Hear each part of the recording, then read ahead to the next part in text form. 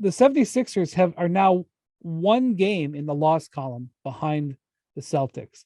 And when you look over at the Western Conference, they're now tied in the loss column with Denver. And getting that win helped them potentially with the tiebreaker. And they've moved past the Grizzlies with their losing streak. 76ers are essentially in second place in the loss column. They have played some fewer games, and they have a more challenging schedule, but they just came out off of the West Coast where they did well. Pelton, they have won 20 of their last 24 games. Embiid had 47 and 18 in that game, and they are playing probably right now playing the most impressive basketball in the league, in my opinion. And it's something to take notice of. I think that, to me, is what I'm walking away from this weekend thinking about. Yeah, I mean, I think, and it's, as you said, it's not just this weekend, it's the culmination of an extended period of them playing well. One of the things that jumped out to me when I did kind of the forensic analysis on this year's Sixers is this is the best offense they've had in terms of league-wide offensive rating, relative to that or ranking in the Joel Embiid era. They are fifth right now in offensive rating. They had never previously been better than eighth in Embiid's career and have only one season in the top 10. They've been really more defensive, in part probably because of the fact that Ben Simmons was the co-star for, the majority of that period. They've had 3 top 10 defenses previously in the Embiid era and are on track to do that again, being the top 10 in both categories, which, typically is the indication of a championship contender. They're also even playing better offense than they did last year after the All-Star break when they got James Harden to pair with Joel Embiid. So, I find that kind of fascinating because when we looked at the Sixers offseason, I think the assessment was they've sacrificed a little bit of offense in order to upgrade their defense with DeAnthony Melton, with PJ Tucker, with Daniel House Jr. And, those guys, I think, have helped them on defense. In particular, Melton has been really terrific there, but they've also, even though Tucker rarely shoots the ball, have not slowed things down offensively. Apparently, he got a tip in, crucial tip in for his only basket on late on Saturday. Yeah, it's a great point about Harden. So Harden is not going to be an MVP candidate this year, but he is shooting the ball much better. And I want to point out, Harden has led the league in assists before. Back in Houston when he before he really went all in on, the ISO ball. He actually had a season where he led the league in assists. I think it was 16-17. And probably half of them were to Clint Capella. You could be right, throwing lobs. Then Chris Paul came in and that went down, but also he shot the ball more. He had a bunch of seasons where he averaged 10 assists. Obviously, he was a triple-double machine in Houston. But he is averaging the most assists in his career right now, over 11 a game. He is not leading the league. I think Tyrese Halliburton still holds that. But he is really passing the ball really, really well. And his shooting has come back. He only shot 40% overall last year, which say whatever you want. I mean, he has always been an efficient scorer. Typically it's been because he's been able to get to the line. But this is actually the best he shot from the field in 4 years, right now. So he's shooting the ball more from the mid-range. He's getting to the foul line less, but he's more efficient with actually shooting the ball, and his assists are way up. They're not way up, but he's assisting the ball more than any other time in his career. And you've got Embiid, who's leading the league in scoring, who is right now healthy, and I think he's been battling a little bit of a foot issue, but he's obviously feeling pretty good because he's putting in tremendous performances. And the injuries that they had early in the season, I see these. It's happening a little bit right now. People were dragging the Suns, and it's like, okay, well, they've lost 3 rotation players and 2 of their best players for a while. Right now, the Pelicans are having a real hard time. Well, they're missing multiple players. They just got Brandon Ingram back, and he doesn't look good, quite frankly. I haven't seen. They played in Milwaukee tonight. I haven't seen what he did in that game. but he hasn't looked good. And so, okay, I mean, obviously, with team struggles, there's reasons for that, but you can't, drag. I don't think he even played Yeah, he in did tonight's not. game. Yeah.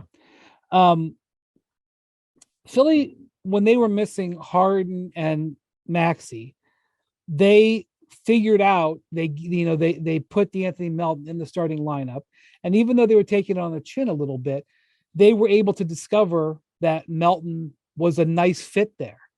And so, yeah, they were taking losses, but they learned some about their team. And when Maxey came back, they were able to move it into a position where he is now coming off the bench, and they have caught a rhythm. And so they have they learned something while their team was struggling there. And I suspect those other teams did too.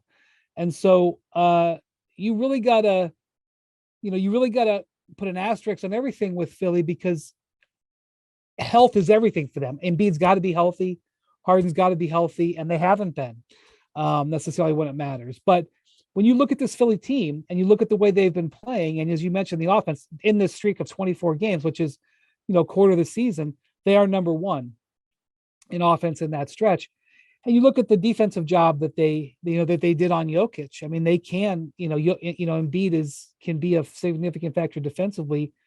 They haven't suffered as much with losing Simmons. They haven't had Simmons in 2 years, I guess. They're a team really to be paid attention to, I think. I think so too. And I mean, I think to your larger point, the asterisk is specifically on, are we going to see this version of the Sixers in the playoffs? Because that's what we really need to know. And in Embiid's health case, I think it's primarily an issue of health, because of the fact that he's dealt with so many of these random one-off injuries during the playoffs that have affected his availability and sometimes his performance. In James Harden's case, obviously there's a track record of him not being at his best in elimination games, and the Sixers are going to need that. But you can't ask for him to be doing much more for the way they want to play than what he's been doing. The reason he doesn't lead the league in his assists is because he still hasn't yet played enough games to technically qualify. He's averaging one per game more than Tyrese Haliburton, and I think he has played enough games so far. He's at 32 now. That I think he belongs as an all-star reserve when the coaches vote on that. And that gets released. Their votes, I believe, are due Monday. As for Embiid, I thought it was very amusing that in the wake of that game against Nikola Jokic, off of the two MVP runner-up finishes the last couple of years, and I hesitate to bring that up on this podcast, but I found it very amusing that Vorp was trending on Twitter after that. Vorp was trending on Twitter? Yeah. Maybe your curated Twitter. No, that's because Drew Hanlon tweeted about what was his VORP for the game. That's why it was trending. Okay. Sixers fans were all tweeting out, which, like, I got to tell you guys, update your nerd stereotypes a little bit. We're much more into EPM at this point than we are. I don't even know what EPM is. It sounds like dance music. That's EDM. Yes. The acronyms can get pretty hilarious on this. I mean, I think the last question I'd ask. What is EPM? I don't know. Educate me, please. I believe it stands for effective plus minus, and it's put together by a guy named Taylor Snar, who used to work for the Jazz analytics department. So it's one of the cutting edge versions of the all-in-one. It's so cutting metrics. edge, Pelton. I've never heard of it. Good. Please. That's why I'm bringing it to the masses. Yes. Well, this is this is analytics. This is analytics. This is leading analytics podcast. You forget about Nate Duncan and all those other guys. This is where you get analytics right here. We lead it. McMahon is depends which day of the week. Mr. Analytics. You and McMahon are basically 1A and 1B in analytics analysis. I can't even say it. Please explain to me more about EPM. So the difference that I would kind of, to do it simply, is the stats that you see on basketballreference.com is their advanced stats. Those are all strictly based on the box score data. So now you have to question the Jaren Jackson Jr. inputs, I suppose, in that one, to go back to our earlier discussion. The best in class metrics right now tend to be the ones that combine that with also incorporating the adjusted plus minus data that looks at how the team performs with you on and off the court, adjusted for who's playing with you. So EPM is one of those. Raptor on 538 is one of those. RPM on our site is one of those. And that kind of tends to be the group that statistical analysts look at more than VORP or PER, or the ones that are on Basketball Reference. And how does Embiid perform in EPM? I mean, Jokic does well in all of these. Right. Let me look it up where it is at the current point. It's dunksandthrees.com is the website if you want to look Oh, this up. okay. If we're giving them a plug. So Embiid is still down because of the minutes played. He is down in, I think, eighth this There's season a big in surprise. the Embiid wins. ranks low. I know. But There's a in terms of stunner. a per minute basis, he is tied for number 2 with Luka Doncic behind Jokic. Here's another stunner. Embiid was on my ballot for being an all-star starter. Right? He That's was going to on be a mine stunner. too, to be clear. I guess If you we're not listen to part of this the pod, Boston media. that's what I was going to bring that up. So, Daryl Morey, who is, well, hold on, I'll just wait. He went on radio in Philadelphia on, I guess, was Friday after Embiid. Tatum basically edged out Embiid for the last front court spot in the East, starting spot. And Daryl went on the radio and said that Joel got completely hosed again, and the shameless Boston media being way overrepresented in the All-Star starter selection process was the reason why. Now, listen, I know Daryl's smarter than this. First off, Daryl is basically a Boston guy himself. And but this is really, I mean, I didn't hear him, so I'm skeptical that he said this straight. That he wasn't sort of, you know, basically what he's Tongue in accusing. cheek. Basically, what he's accusing he's accusing basically the Ringer, because I looked at the voters and there's only 2 Celtics, based writers who were on the list, which is Gary Washburn, the columnist of the Boston Globe, and Adam Himmelsbach, beat writer from the Boston Globe. I might have missed one other, but I didn't see on the voter list. But he's basically accusing Bill Simmons and Kevin O'Connor and Ryan Russillo of the Ringer, claiming that those guys voted Tatum in, basically. First off, Embiid ranked higher on the media voting than the fan voting. Secondly, when Embiid got passed by Tatum like 2.5, 3 weeks ago, in the first returns, Embiid was third, Tatum was fourth. In the second returns, Tatum had passed him. As soon as that happened, it was very likely that Joel was going to not make the cut.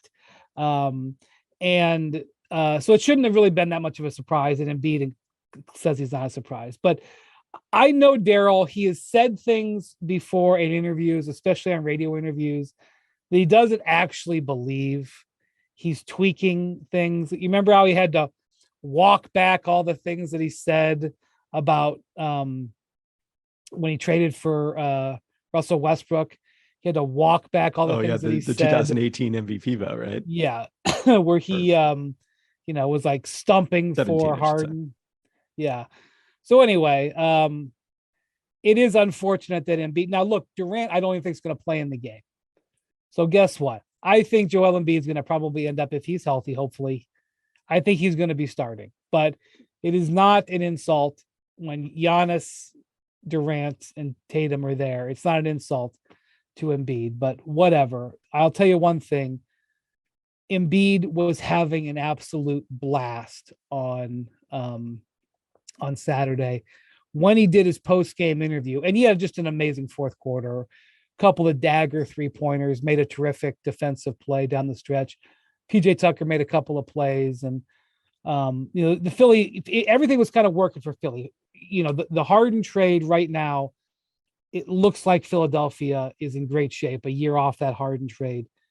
Not just because Harden is so much making more of an impact than Simmons, but when Harden takes the pay cut and they're able to get those sort of extra players. I mean, I know that they didn't get Melton with straight, cap space or whatever, but they were able to do the Melton trade and still bring in PJ Tucker, because Harden took the pay cut. So it's not just the trade, it's the conjunction of the Harden pay cut and the trade, but they got to feel really good about that trade a year on.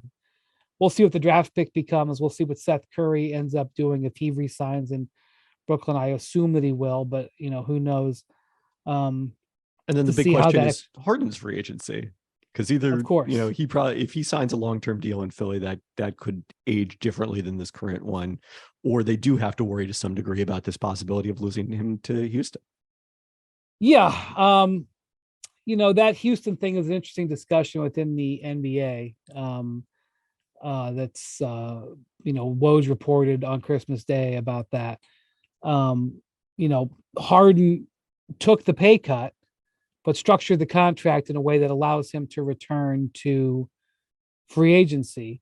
And right now, Harden is in this glorious sweet spot because he's performing at an all-star level. I agree with you, especially with how well Philly's played, Pelton, that Harden is going to be named an all-star reserve.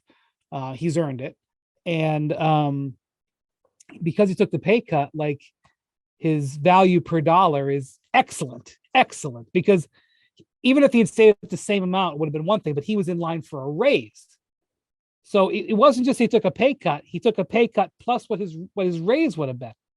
That delta in there represents what enabled Philly to do this deal. So to do these multiple deals. So but they got to feel really good about where they're at a year off of that trade. And they got to feel really good about the way they're playing. And Joel was so excited on after the game. Cassidy Hubbarth did the post-game interview. And like, he was, in my mind, like, he was trying to hold back a smile. He was still smiling, but like, he felt so good about where they are, how they look as a team, how they're performing. And then he went in to do post-game interviews, and Tim Bontemps was at the game and he wrote the story. And basically, he was like, he said this is the best he's had. And I know it's January, and I know that it's just a game in January, and there's 30 something games left, and health and everything like that. But the momentum is really in Philly's favor, and I felt really questionable about them at the end of last season. Even if I did. First off, I wasn't sure what they were going to bring Harden back at, and even if they gave him the max, I just didn't feel good about where they were. And you have to. It's been a multi-person involvement to get them there. And by the way, like, Tobias Harris, a guy who I thought would get lost after that trade, has played really well. By the way, Tobias, I think, kicked the tires on whether there would be a contract extension for him in the offseason. The Sixers, and he didn't really ever get traction on it, but that's another thing to look at. He's playing very well in general. Some games, not so much, but he's slotted in very well. Maxey not only is playing well, but has expressed that he's cool with the situation. They're in a good spot right now, Pelton. I don't know if it can last, but you have to acknowledge they're in a good spot. Well, can I pose a question here? Yeah. How did the Sixers approach the trade deadline? Because, I did a piece a few weeks ago about biggest needs for contenders and didn't really come up with one for the Sixers, because I think they're pretty deep. Some people mentioned in the comments backup center in the playoffs if Montrezl Harrell is more difficult to play in that context, but that's why you signed PJ Tucker. To me, his biggest value is that he can play 4 for you in the regular season and be a backup 5 in switching heavy defenses in the playoffs. But to throw out something really bold here, like, should we be talking about the Sixers as a Jay Crowder destination? They'd have to trade a number of players to make that work and also get under the luxury tax, which I think they'd like to do. But one of those guys is Matisse Thybulle, who isn't playing a lot, but might have more value to another team heading into his restricted free agency. And maybe you take some of that value you get and help send it as part of a 3-team trade to Phoenix to end up with Crowder. Yeah. So what's been happening with Phoenix and the Crowder thing is that, and it hasn't just been exclusively these talks, but Milwaukee is ready to take Jay Crowder, and it seems like Grayson Allen is what they've offered, and those salaries match up. And even though they're possible playoff combatants, they have done deals in the past. Remember the year they played in the finals, they did a deal at the trade deadline. Torrey Craig, right? Torrey Craig, who played significantly in the finals. So I think that Phoenix would do that deal to send Crowder there, but they don't particularly like Grayson Allen. So say they don't like him. They prefer something else back for that trade. So they've gone out, the two of them, Milwaukee and Phoenix, have gone out and tried to figure out a way on a 3-team deal to make that work. And they just haven't been able to do it. And there's been all kinds of rumors and all kinds of traction, and God knows how. And by the way, Milwaukee has looked at other things. Phoenix looked at other things. It's not the only thing that they're doing, but they're kind of attached at the hip looking for a partner on that. And eventually Crowder is going to get traded. He's not going to get past the trade deadline, I don't think, and then, be faced with a buyout. Also, Woj reported that Matt Ishbia is probably going to get his the official sign off to transfer the money and buy the Suns before the February 9th trade deadline. What he wants to do is also a factor. From what I understand, Ishbia has had multiple meetings with the Suns. It's not like they haven't talked to him and he's been kept out, which, by the way, is an indication the deal's going to close, because Robert Sarver wouldn't have allowed that if he thought that that he wasn't going to come up with the money or there was going to be a snag. This has proceeded pretty quickly. It's interesting you bring that up. I've not heard that at all. They have been floating Thibault out since the summer. And he's just lost playing time with their off-season moves. It's now where the league is at right now. It is much harder than it used to be for players who can't shoot to just get by as defensive stoppers. Bontemps has talked about this, how a guy like Tony Allen, he doesn't, Tony Allen's a guy who was extremely valuable for a bunch of his career. Highly respected, that it would be hard to play him today. And a guy like Andre Roberson, who was an effective player for a championship contender in Oklahoma City, and he only really got knocked out because he had terrible knee injury. Reason he's not back in the league really right now is because just nobody wants a guy who literally can't shoot at all. And that's a problem with Thibault. He hasn't just demonstrated that he can be someone to pay attention to on offense, but he does have some value. I don't know what makes sense. I agree. Harrell has not, there is a little bit of worry there, but if they're healthy, I think they're really effective. And I don't think that they should feel the need to do anything. But one of the things that Daryl has said when he's not joking about the Boston media is that anytime you have better than a 5% chance of winning a championship, that you need to do everything you can to maximize that chance. And I think they fall into that category. Now they do. I will say quickly on, certainly they do according to the projection systems. I will say quickly on Thibault, like it's exacerbated by the fact that he's playing often with Joel Embiid, who's one of the players in the NBA who's kind of most dependent on space. I think the thing I'd be really curious is if you put him in a setting where, and these two guys have become capable 3-point shooters, but like the Nets used Bruce Brown Jr. last year and the Warriors used Gary Payton II, where even though they're undersized on offense, they were basically big men. And to me, a team that would be a really interesting fit there is Sacramento, since they have so much shooting, but could really probably use one more, combo wing defender. And then you've got Sabonis as somebody who, he doesn't necessarily shoot a ton of threes, but plays at the high post. It actually would, I think, fit that style of play for Thibault really well.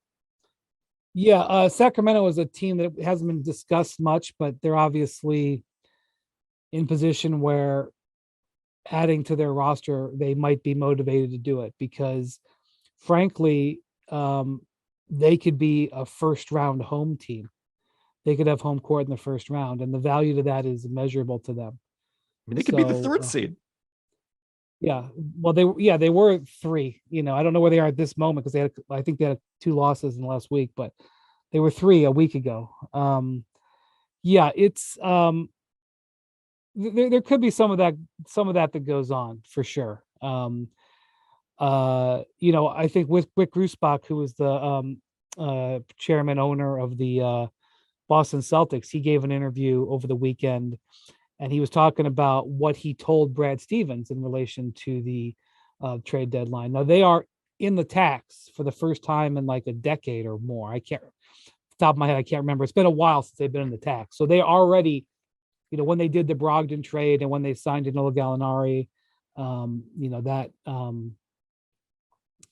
obviously didn't work out because he got hurt, but they already went into the tax with those moves. And he said, my message to Brad Stevens is to muscle up. Those were his exact words. It's not about 2-3 years from now. It's about right now, muscle up. And so you have the owner going on the record, letting everybody know he's willing to spend more. And with the Gallinari contract there as ballast, plus they could assemble some other sort of end of the bench guys. They could get some money up there. Same thing with Milwaukee. Milwaukee just now getting healthy with with getting Middleton back. They can assemble some contracts together. You wouldn't look at, it's not just Grayson Allen, but they have other guys they can assemble together. Obviously, Serge Ibaka has left the team and is waiting to be traded. And, George Hill is a guy who could potentially be aggregated into a deal.